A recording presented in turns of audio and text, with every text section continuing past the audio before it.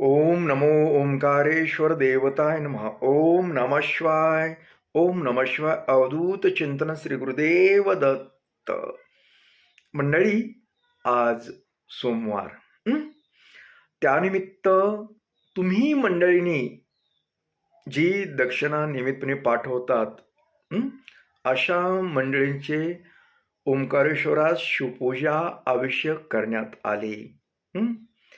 तुमच्यासाठी आणि ज्यांनी शिवपूजा केली आहे त्यांच्यासाठी मी आज प्रार्थना केली. तुम्ही सुखी, समाधानी, आनंदी राहावं. तुम्हाला चांगल्या प्रकारे आरोग्य लाभावं. तुमच्या काय मनोकामना असतील त्या पूर्ण व्हाव्या, अशी मी ओंकारेश्वर चरणी प्रार्थना केली. तर मंडळी, आज तुम्हाला सांगायचंय की खूप मंडळी आहेत की सोमवारी मनोकामना पूजा करतात, फक्त सोमवारीच. मग याच विषयाला धरून आज मी तुम्हाला काही गोष्टी बोलणार आहे. जरा शांत चित्तानं ऐका जरा, कारण फार महत्वाचं आहे हे. आपण खूप पूजा करतो, बरेच दिवसापासून करतो, तरी आपल्याला देव पावत नाही, देवाचा आशीर्वाद मिळत नाही. मग तुम्ही मंडळी निराश होता. पण यामागचं कारण सांगतो, का असं होतं. त्याचं कारण असं असतं की सातत्य. फक्त काही जण काय करतात, काही ठराविक वेळेपुरतंच, म्हणजे 8 दिवसाला समजा पूजा करायची, सोमवारी म्हणून शंभूची पूजा करायची, एरी मग काही हे बी नाही, त्याला विचारायचं नाही. हा जो मधला गॅप आहे, तो फार महत्वाचा आहे. ही गॅप नसू नये. कारण जरी सोमवारी तुम्ही शिवपूजा, मनोकामना पूजा करत असाल, अगर समजा साधी सोमवारीच करत असाल, तर तेवढ्या पुरतं मर्यादित नसतं. मी एक तुम्हाला सोपं उदाहरण देऊ का. समजा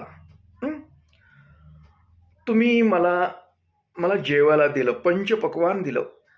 महाराज म्हणले, आम्हाला खूप इच्छा आहे तुम्हाला जेव घालायची. तुम्ही मला एका दिवशी जेव घातलं, खूप पदार्थ केले, आणि पुन्हा उद्याचं काय. उद्या मी उपाशीच मेलो. लक्षात येतं का तुमच्या, की समजा 8 दिवसाला तुम्ही करता, म्हणजे तुम्ही जर तुम्हाला जर दिलं 8 दिवसालाच खायला, तर पुन्हा मधले दिवस काय करणार तुम्ही. एक कसं असतं, कुठल्याही गोष्टीचं सातत्य असणं गरजेचं असतं, नियमितपणा. तुम्ही साधे सिंपल काय करायचं, एक ठराविक मर्यादितच करा. एक 5 मिनिटं समजा आपल्याला वेळ द्यायचा आहे पूजेसाठी, 5च मिनिटं द्या तुम्हाला वेळ नसेल तर, पण ते दररोज द्या वेळ. एक 10-5 मिनिटाचा इकडे तिकडे होऊ द्या वेळ, काय चालत नाही, तसं काही होत नाही एवढं. पण त्या पूजेमध्ये सुद्धा गॅप नसला पाहिजे, वेळेमध्ये सुद्धा जास्त. तुम्हाला माहित आहे का, देव सुद्धा तुमची वाट बघत असतो. समजा आपल्याला एखाद्या व्यक्तीची सवय लागली, समजा एखादी व्यक्ती आपल्याला नियमितपणे फोन करत असेल, तुमचे नातलग असतील, कोणी प्रियशर असेल, नवरा असेल, कोणी असो, मी त्याच्याबद्दल नाही काही, कुठल्या मित्र मैत्रिणी असेल, तर समजा तिची सवय असेल की दररोज तुम्हाला समजा अगर एक दिवस आड करून कधीतरी फोन तुम्हाला करते. उदाहरण देतो मी तुम्हाला. समजा अमुक समजा सुट्टी दिवशी फोन करते ती आपल्याला, रविवार आहे समजा, अथवा कुठला तरी वार आहे. मग एक टाइम आहे तिचा, एक ठरलेला, सकाळी 9चा अथवा रात्रीचा 9चा अथवा कधी बी काही ठराविक. मग आपल्याला काय होतं की आपल्याला त्याची फोनची वाट बघावं लागते. आता येतो, नक्कीच फोन येतो. मग तुम्ही तुमचे कामं आवरून घ्यायला बघतात, काही करायला बघतात, आणि त्या फोनची वाट बघतात, म्हणजे आज नक्की आता फोन येतो, आज टाइम झाला त्या फोनचा. वाट बघतो का नाही, फोन येईल म्हणून. तसंच देव सुद्धा तुम्ही आता पूजा करणार आहेत, आता टाइम झालेला आहे पूजेचा. म्हणून देव सुद्धा तुमची वाट बघत असतो. येते तुमच्या लक्षात? देव सुद्धा तुमची वाट बघत असतो. म्हणून नियमितपणे नेहमीच्या वेळेप्रमाणे पूजा करावी लागते. तितकालीही गॅप असा म्हणजे किती अंतर ठेवून नाही चालत जास्त. आता काही काही जणांचं कसं आहे, मी 17 वेळेस बोंबलून सांगितलो, माझ्या भगिनी आहेत कुणी पूजा, की बाबा तुम्ही लवकर उठा, जा सकाळी लवकर उठा, वाटल्यास रात्री लवकर झोपा जरा, आणि सकाळी लवकर उठा, सूर्योदयाच्या पूर्वी उठा, जरा स्नान करा, आणि केले की लगेच पूजा करून टाका. म्हणजे एक काम झालं ते आपलं. मग आपण इतर कामं करायला मोकळे. पण नाही, 8-8 वाजेपर्यंत उठत नाहीत काही काही मंडळी. मग तिथून पुढे कसं करायचं? तर जेवढी आपण सकाळी लवकर पूजा, सूर्यास्ताच्या वेळेच्या टायमिंगमध्ये जर आपण पूजा केली, एक प्रसन्न वातावरण निर्माण होतं, आपलं मन स्थिर असतं. आणि मन स्थिर असेल, प्रसन्न असेल, तर सर्व सिद्धी प्राप्त होतात. आणि सकाळची वेळ ही शुभहेने चालू झाल्यानंतर आपला दिवस कसा एकदम आनंदमय जातो. त्यासाठी शक्य तेवढं नियमितपणे सकाळी लवकर उठून पूजा करून घ्यावी. आणि नियमितपणे, एका दिवशीच नाही, सवय ठेवायची आपल्या शरीराला, मनाला सातत्य ठेवा. धरसोडपणा केल्यानंतर काहीही प्राप्त होत नाही. बघा बरं, ज्यांना ज्यांना ही सवय आहे, जे जे पूजा टायमिंगमध्ये करतात, दररोज नियमितपणे करतात, त्यांना बघू द्या बरं, एका दिवशी जरी पूजा चुकली तर त्यांना कसं होतं? काहीतरी चुकलंय, दिवस त्यांचा बोर जातो, करमत नाही, कामामध्ये लक्ष लागत नाही, कारण पूजा आज केली नाही ना. म्हणून पूजा करणं, ईश्वराची पूजा सकाळी सकाळी करणं आणि शुभ कामाला सुरुवात करणं आनंदमयी वातावरणात. आपली निराशा, दुःख, अशा गोष्टी, बऱ्याचशा गोष्टीत ना बरेच टेन्शन आहेत, ताणतणाव आहेत, हे दूर होतात हो. मी किती माझ्याहून सांगत असतो, मी तुम्हाला का सांगतो की मी स्वतः करतो ह्या गोष्टी.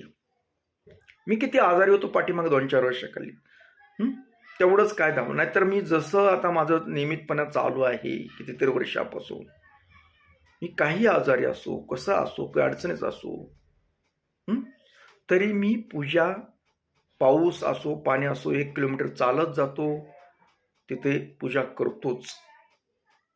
समजा न कळतपणे, मी शक्यतो प्रवास जास्त करत बी नाही आता, बाहेर जास्त तरी गेलो तरी रात्री मुक्कामाला शक्यतो थांबत नाही कुठं. मी पूजा सकाळची करतोच. आणि जरी कुठं थांबण्यात आलं तरी मानसिक पूजा, मानसिक म्हणजे मनातली मनात. मी एका पाठीमागे एक व्हिडिओ टाकला तुम्हाला, की आपण एकाच जागेवर स्थिर बसा, कल्पना करा की शिवलिंग आहे समोर, मी हातामध्ये तांब्या धरलेला आहे, पाणी धार धरतोय, पाण्याची धार धरतोय, ओम नमः शिवाय नमः, ओम नमो ओंकारेश्वर देवताय नमः असा मंत्र जप करतोय, फुलं वाहतोय, तांदूळ वाहतोय,